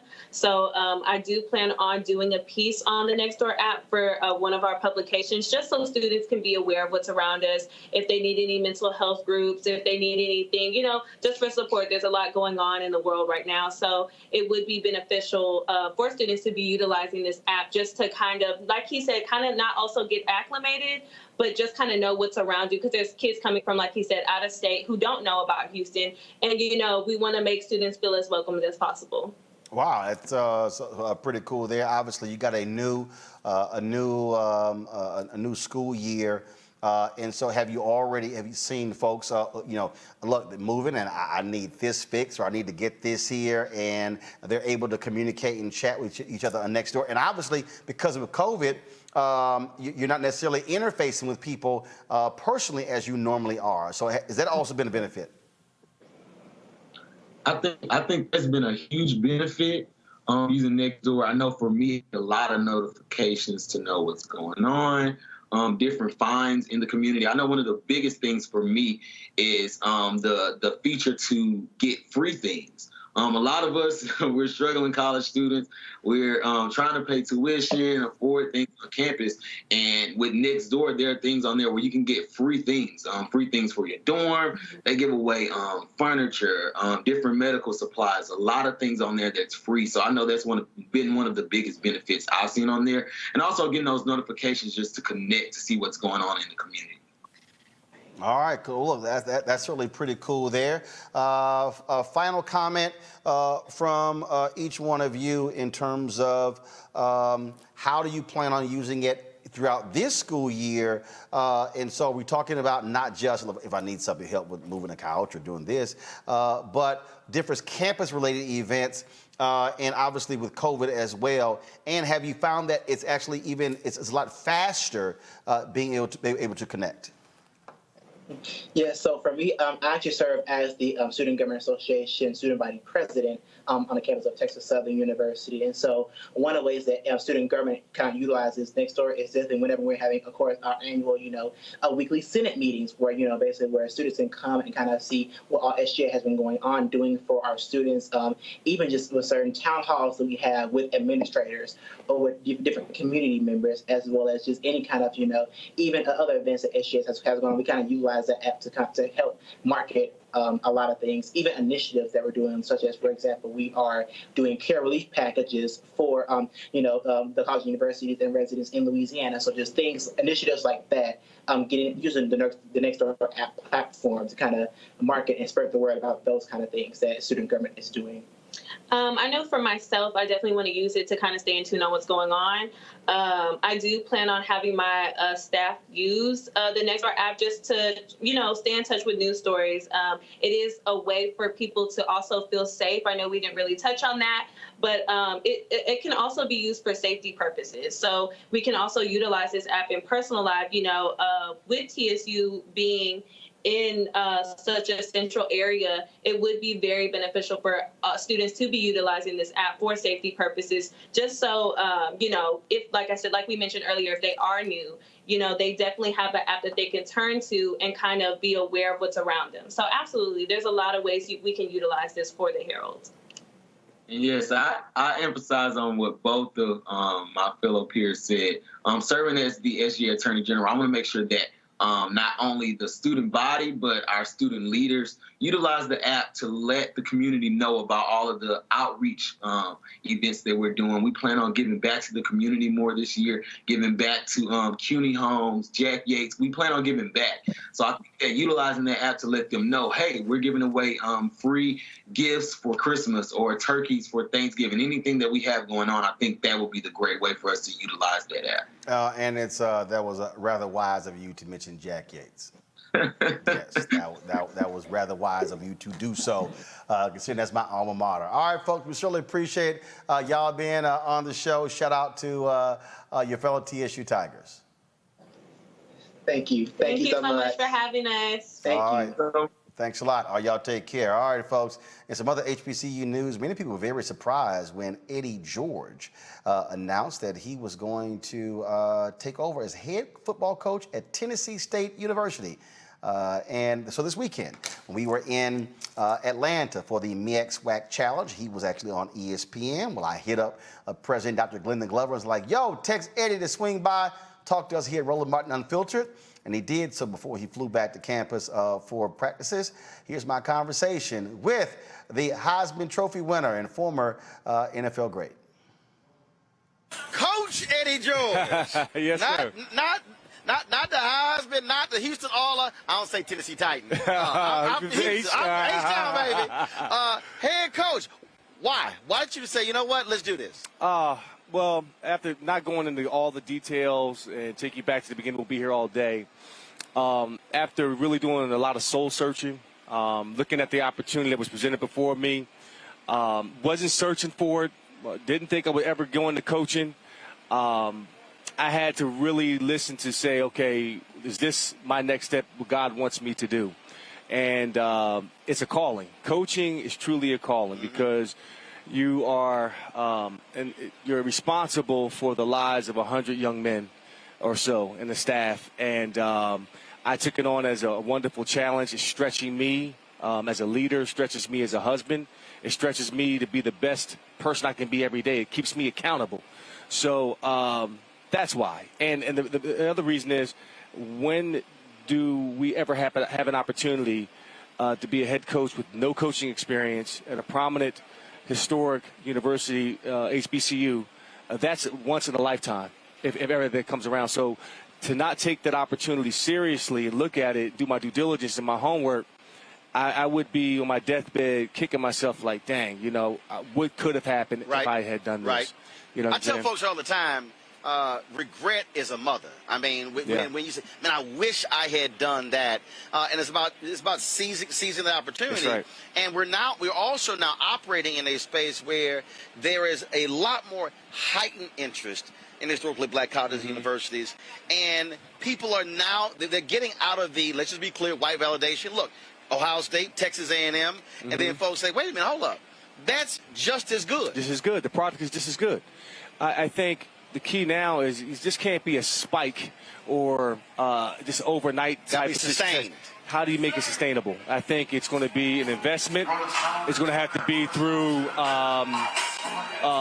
the right resources, building facilities, truly changing how we operate and do business as HBCUs. Investing in our maintenance in terms of our facilities. So all of that is going to be a huge difference in terms of making it sustainable and here to stay. You talked about it being a calling. Also, the fact that now for a lot of HBCU students, and you've had former NFL players coach before HBCU, but now it's also saying to these players, you can now come to an HBCU and elevate your game to go to the next level. Yeah, I mean, on our coaching staff, we have a wealth of guys that have coached and played in the NFL, coached and played on the collegiate level. I believe I can take a 5-star and still get them to that next level. And I'm going to develop that 2- or 3-star and get them to that next level. By the things of how we operate both on and off the football field, how we practice, how we prepare, and how we move. So that's what I believe in. Well, I tell you what, I think because we're operating in a social media world with Dion at Jackson State, you at Tennessee State, Reggie Theus at Bethune-Cookman, I think it's also going to send a message to a lot of other guys. Hey, wait a minute. I'm trying to go back to my alma mater. I can actually have a greater impact by being able to align with HBCU. Yeah, I mean, given my experiences and things that I've done through building businesses and getting my master's in business, people that I've met throughout my career, I can now take those resources and help build out HBCUs and implement different strategies that I've been afforded to see be successful at other institutions, other businesses that I believe could be a culture changer for a lot of these other HBCUs. Well, look, I know you got a plane to catch. Yeah. Y'all got practice. You tell Dr. Glover, I did the commencement a couple of years ago. Yeah. And so I'm going to be a scholar in residence at FISK. Oh, nice. This fall. Yes. So I might swing on by. You know what? I won't fault you for making some poor decisions in your life. I noticed that you're an alpha, right? Oh, well hold up. You didn't recognize that? You didn't see that? Yeah, that's a poor decision. It's about the purple and gold. What little youth group? Yeah. What little youth group you in? I'm in purple and gold. You know that. Well, y'all took one of our colors. Because we had it first. So always remember. We enhanced it. Always remember. I remember, Alpha's your daddy. The Omega is the end. Yeah. And remember, Jesus was an Alpha. Okay. My man. All right, baby. Good seeing you, bro. Good seeing you. Yeah, he had no comeback for that one. Jesus being an alpha. It is good to see, Mustafa. You see, as we talked about that, the embracing of HBCUs by guys who did not attend HBCUs like Eddie George or even the Deion Sanders. Yeah, but we're coming back home to our universities. These universities were created for us to be able to show our excellence. And I hope that they all have the same level of success that Eddie Robinson did, who really set the platform for what a coach can do in both changing young men's lives and also winning on the field. So I hope that they have that same level of success. And the thing here, and we're going to have this conversation tomorrow. We did a lot of different interviews, and we heard from others, Brianna, about how vital it is, again, when you have these individuals who have big names, but they also have relationships and how they can impact that and bring these resources to the HBCU institutions.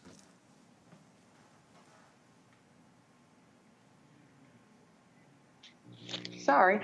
Absolutely. I am as well not, I never went to HBCU, but I do find the importance of them. And your frat was birthed in my school. And as a Delta, I understand the bonds and what we can do as a community together to improve our community. So I wholeheartedly support it and hope that we get more people behind us to support it to better our communities. Cleo. Well, Roland, I think I'm somewhat topically out of the loop because I don't eat fried chicken. I don't agree with the analysis of the Democratic Party because I think we're dealing with black exhaustion and white apprehension, which is causing paralysis. So I'm out of the loop there. And I follow sports. And you don't cook. Right. So I'm sorry. I mean, we can talk about black behavioral science and how to resolve black paralysis and trauma problems, but when it comes to sports and fried chicken and talking about the Democratic Party being simply a problem of diverse perspectives getting in the way of them coming together, I think the black folks are exhausted and the white folks are apprehensive about losing power, and that's a core issue. So I'm sorry, I'm not in that topic lane with everything today. But I do support HBCUs. I was a consultant to a very famous HBCU to their faculty for 3 years. So they are important, but I don't know nothing about the sports stuff. You do know we seeing. Are you shaking? Are you going to turn your back on me? You do know we seeing notes telling you what the topic is. I mean, you could have Googled some shit, Cleo. Well, yeah. But I still don't know. Like you could you could have Googled some shit and read an article or two, Cleo. I did. But I still cannot talk in ways that are believable regarding the intricacies of sports and the importance of that guy's position. In theory, it seems important because how he described it. I wasn't asking you to break down a cover two safety or a play. Okay, but I do support HBCUs. I just wish they would do more black critical thinking and culture affirmation work with their students and teach them to be warriors for black affirmation and power as opposed to generic students at a black school. I'm going to put your black card in review status. Over the fried chicken? I hope it ain't over the fried chicken. Fried chicken, can't cook, don't follow no sports. I'm just saying, Cleo, you teetering on the edge. I know I call you super black. I'm gonna have to pull that title back. I mean, I ain't gonna get that T-shirt printed a little too early now. So you're trying to tell me that to be black, you have to fry chicken, follow sports. I'm saying Google something. Oh, I did Google it. I saw it. All right. Let's see if you know something about this next topic. All right, y'all. On Sunday here in Washington, D.C., a group of HBCU students held a protest at the Department of Education demanding that changes be made and then the canceling of student debt. It was hashtag cancel student debt. It was led by the Live movement, calling out President Joe Biden and Senator Chuck Schumer to keep their campaign promises. Joining us right now is the founding executive director of the is it the Live movement on your vines or the Live movement? Which one is it? We got two different names here, so. No, you're fine. It's the Live movement, and it's Anaya Vines. I got Anaya Vines. I want to, yes. Cause they had your phonetic spelling wrong here. So Anaya Vines. All right. So first of all, yes. So tell us about the protest. How did y'all put it together? Why did y'all choose Sunday, and how did it go? Yeah. So just a little background about my organization, the Live Movement, standing on the foundation that we must live for those who have died. So paying homage to those who came before us by making sure we continue on the fight in the streets. We fight for racial and educational equity, and we're at HBCU Coalition. So this past Sunday, we had our second annual HBCU March the Generations, in which we started at Banneker Rec Center, right across the street from Howard University, where I am currently a senior, double majoring there, and we ended at the Department of Education. So we had to amplify the voices of HBCU students, which goes unnoticed so much. So making sure people understand how we need student loan debt canceled, how we need the American Families Plan passed, how we need our Secretary of Education, Miguel Cardona, to give a letter to the president recommending $50,000 immediately taken off for student loan debt. This is the demands that we were amplifying on Sunday. You've got, but you have, you've had Senator Elizabeth Warren pushing President Biden hard, saying he has the authority. You've had Speaker Nancy Pelosi come out and say, oh, well, this would be unfair for people of means. I make the argument that, look, rich folks have always gotten stuff in this country, but if you cancel student loan debt, it's going to benefit those in need more. Exactly. It's going to lessen the generational wealth gap. There are so many in this world, me along with my parents, along with my my grandparents, who are burdened with student loan debt. And that's going to help Black and brown people in this country. A majority of people who are able to pay their tuition out of pocket are white people because they have a better income. They have more consistent income, just statistically, in America. So canceling student loan debt is going to benefit people that look like me more than anything else. Questions from panel. I'll start with you, Brianna. Hi, thank you so much for coming on and doing this great work. And I'm so excited to see that the protests happened. I am focusing a lot on this, so I would love to get on the ground with you. I am actually working with my soror, Nicole Atkins, on a special project initiative surrounding this topic with the organization 1,000 Women Strong. Have you heard of it? I've heard about them. Okay, yes. It's an organization that's focused on centering Black women in the student loan crisis. And so I would love, for us to work together further just to amplify the works of a million Black women and bettering our community. And so within that, as Roland was stating, Senator Warren has been pressing this. There's different people who made it a promise that if we delivered the Senate, that we'd get this done. And now it seems like they're backpedaling or want to do not as much. And so within the march, it's great that it happened. What are some of the deliverables and next steps that you would want to take in regards to trying to really push the administration and getting this done for us? Well, we need to sit down and talk to people at the end of the day. There's a lot of people that are not giving attention to people like me, college students. If you don't have a big name or political power, then they're not trying to pay you any attention. People in my organization, including myself, last October, we slept outside the Department of Education for 8 consecutive days trying to get a meeting with the previous Secretary of Education, Betsy DeVos, with no success. Because at the end of the day, when it comes to people of power, once they get that position of power, 9 times out of 10, the promises they made prior to is not committed or gone through. And that's the sad truth. So we just need for people of power to actually pay their people attention and remind them that we were the people that put them in the position of power, and we have the power to take that position away from them. So let's have a talk, because we're going to be outside their door. That obviously is hugely important, and we're certainly glad to see students using their voice to put pressure on the folks to make it happen. Thank you. Roland, Thank you guys. I want to emphasize she's not a boomer. Huh? I want to emphasize she's not a boomer. Well, obviously not if they're leading students marching, but she did, Brianna, mention her boomer grandparents and their debt.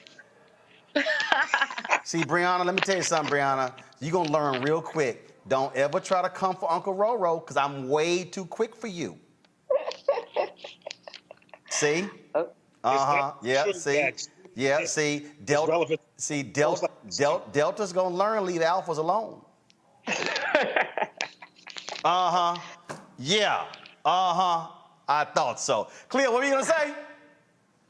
No, I was saying that the student debt relief topic is relevant to us folks that ain't young no more as well. Well, my student debt was no.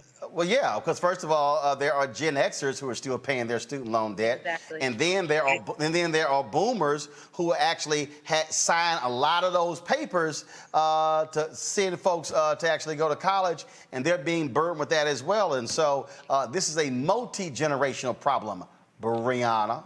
Yes, it is. Yes, it is. Yes, it is. I'm a witness. See, Cleo, Brianna's trying to bring up the last conversation we had where she tried to take a shot at boomers, saying boomers, you know, they ain't really out here fighting for these issues, which I had to let her know that's not. I was emphasizing that millennials and Gen X and Gen Zs still are on the streets, and we can do better in voting, but that we're still active and trying. That's what I was. Actually, you were taking shots.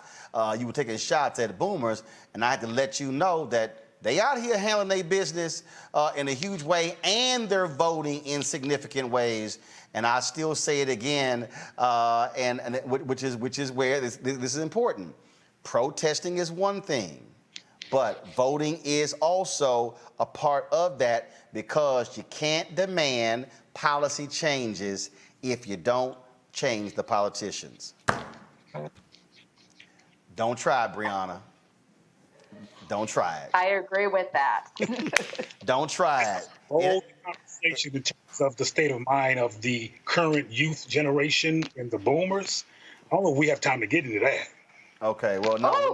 Particularly who is actually, we don't have time to get into it, because I got to bring up this here. Of course, we told you yesterday in that crazy white people segment, the white guy who rode up on the brother at NBC in the middle of his live shot. Well, an arrest warrant has been issued for him. His name is Benjamin Eugene Dagley of Wooster, Ohio. He's going to be charged with 2 counts of simple assault, 1 count of disturbing the peace, and 1 count of violating an emergency curfew. He apparently also violated his probation. Why? Because the dumbass literally drove from Cuyahoga County, Ohio to Mississippi.